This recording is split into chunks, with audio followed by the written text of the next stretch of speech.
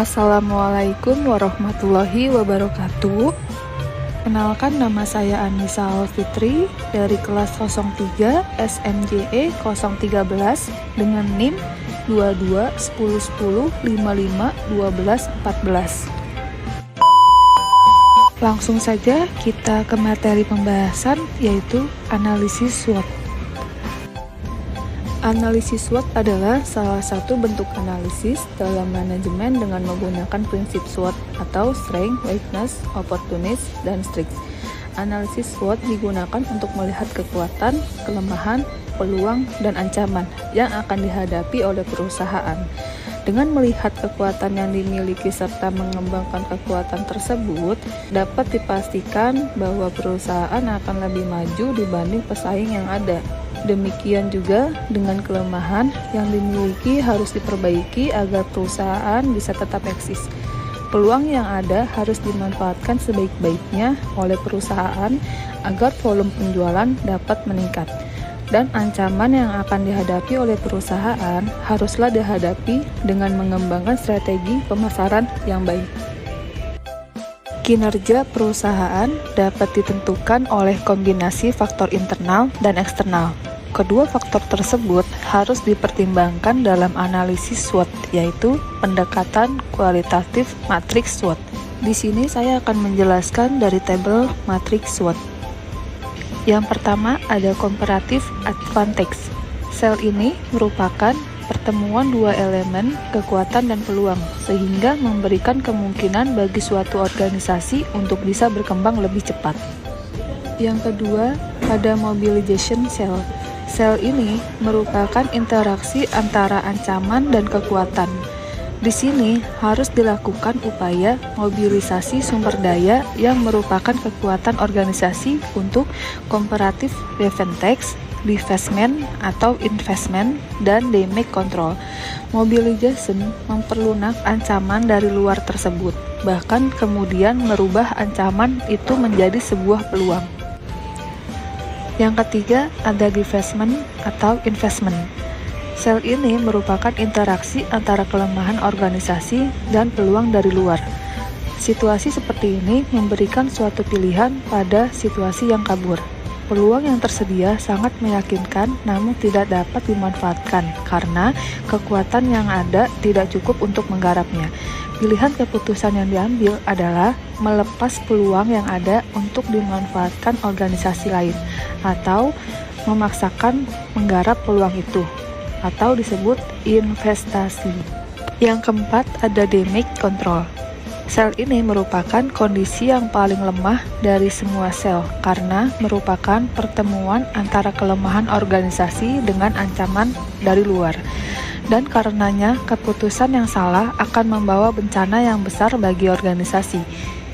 Strategi yang harus diambil adalah damage control atau mengendalikan kerugian sehingga tidak menjadi lebih parah dari yang diperkirakan. Di sini ada diagram dari SWOT. Saya akan menjelaskan kuadran 1 atau positif. Posisi ini menandakan sebuah organisasi yang kuat dan berpeluang. Rekomendasi strategi yang diberikan adalah progresif, artinya organisasi dalam kondisi prima sehingga dapat dimungkinkan untuk terus melakukan ekspansi, memperbesar pertumbuhan, dan meraih kemajuan secara maksimal. Pada kuadran kedua, positif negatif. Posisi ini menandakan sebuah organisasi yang kuat namun menghadapi tantangan yang besar. Rekomendasi strategi yang diberikan adalah diversifikasi strategi. Artinya, organisasi dalam kondisi mantap namun menghadapi sejumlah tantangan berat sehingga diperkirakan roda organisasi akan mengalami kesulitan untuk terus berputar bila hanya bertumpu pada strategi sebelumnya. Oleh karenanya, organisasi disarankan untuk segera memperbanyak ragam strategi taktisnya. Pada kuadran ketiga, ada negatif positif. Posisi ini menandakan sebuah organisasi yang lemah namun sangat berpeluang.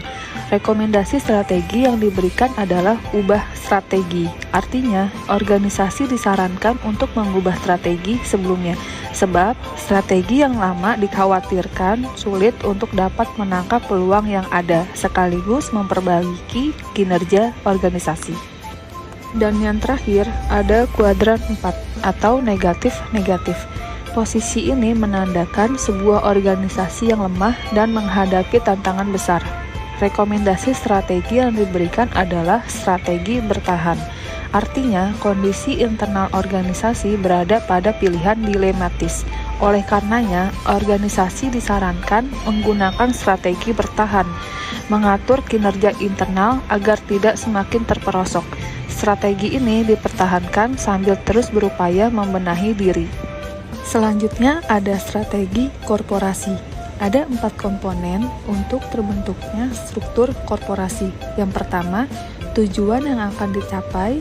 Kedua, strategi yang akan dilakukan untuk mencapainya. Yang ketiga, taktik atau cara di mana sumber daya akan digunakan. Yang keempat, sumber daya yang dimiliki. Strategi merupakan salah satu dari komponen penting struktur organisasi. Strategi akan menghubungkan antara means dan ends. Strategi merupakan terminologi yang diambil dari militer. Strategi dalam militer pada awalnya dimaknai sebagai cara atau pendekatan yang dilakukan untuk dapat mengalahkan lawan. Dalam dunia bisnis saat ini, strategi merupakan suatu pendekatan untuk menggapai masa depan yang melibatkan proses menilai keadaan saat ini dan faktor-faktor yang harus diantisipasi terkait dengan pelanggan dan pesaing atau sebagai lingkungan eksternal dan keadaan perusahaan itu sendiri sebagai lingkungan internal. Yang kedua, ada proses efficienting peran baru ataupun peran yang lebih efektif agar lebih kreatif. Dan yang ketiga, ada aligning kebijakan, pengalaman, praktik baik, dan sumber daya untuk merealisasikan visi. Sedangkan korporasi adalah salah satu bentuk organisasi bisnis sebagai aktivitas komersial untuk memperoleh profit dengan menjalankan suatu aktivitas yang menghasilkan barang atau jasa. Salah satu ciri umum korporasi adalah adanya pemisahan kepemilikan organisasi yang menyebabkan keterbatasan tanggung jawab dari pemilik. Dengan beberapa paparan sebelumnya, maka sesungguhnya akan ada 3 terminologi yang saling beririsan, yaitu antara strategi korporasi, dan strategi bersaing.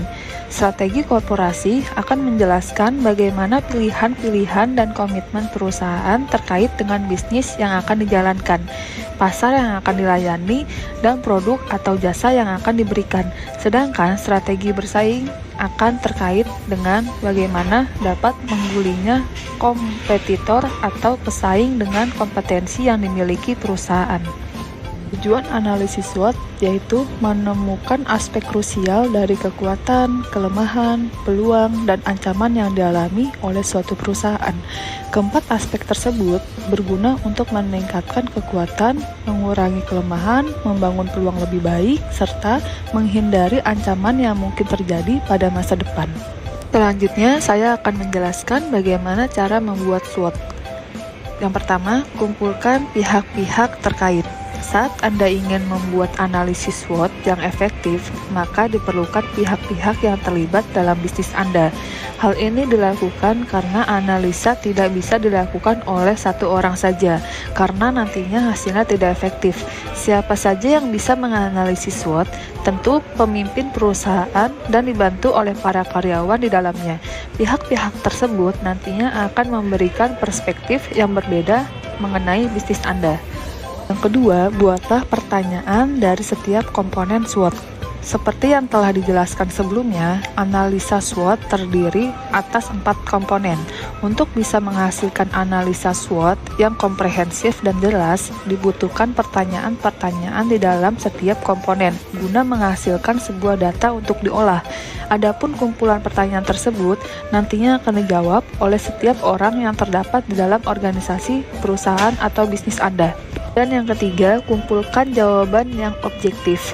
Setelah Anda membuat pertanyaan dan menanyakan kepada orang-orang yang Anda pilih, maka langkah selanjutnya adalah mengumpulkan jawaban-jawaban tersebut. Dari jawaban yang ada, kelompokkan jawaban yang sifatnya serupa, dan dari situ urutkan mana yang menjadi prioritas sesuai dengan komponen dalam analisa SWOT. Dan yang terakhir, tentukan strategi mengkombinasikan SWOT. Berkaitan dengan poin nomor 3, pada tahapan ini Anda akan diminta untuk mengkombinasikan setiap jawaban yang telah dikelompokkan berdasarkan komponen analisa SWOT yang ada kepada komponen-komponen lain yang sifatnya sama ataupun berlawanan. Sekian pemaparan materi dari saya. Terima kasih. Wassalamualaikum warahmatullahi wabarakatuh.